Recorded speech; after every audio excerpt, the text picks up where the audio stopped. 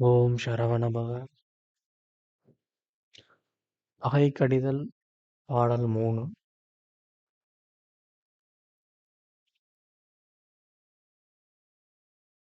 இதரர்கள் பலர் போரவே இவனுரை என எதிரே மதிரவி பலவெனதே வளர்சரணிடை எனமா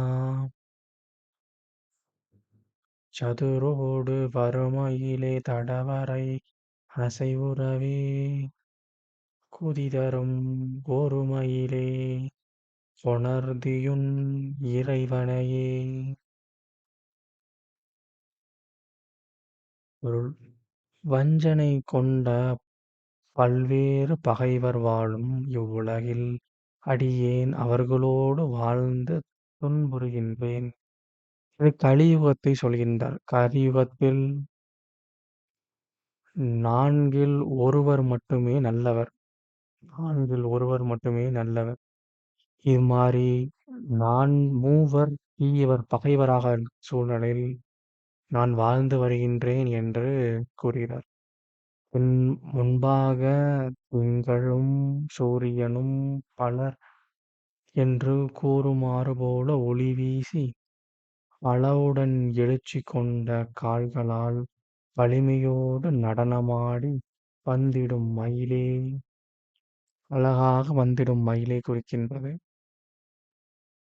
என் முன்பாக திங்களும் சூரியனும் பலர் என்று கூறுமாறு இது இடகலை பிங்களை என்று இதையும் கூறுகிறது.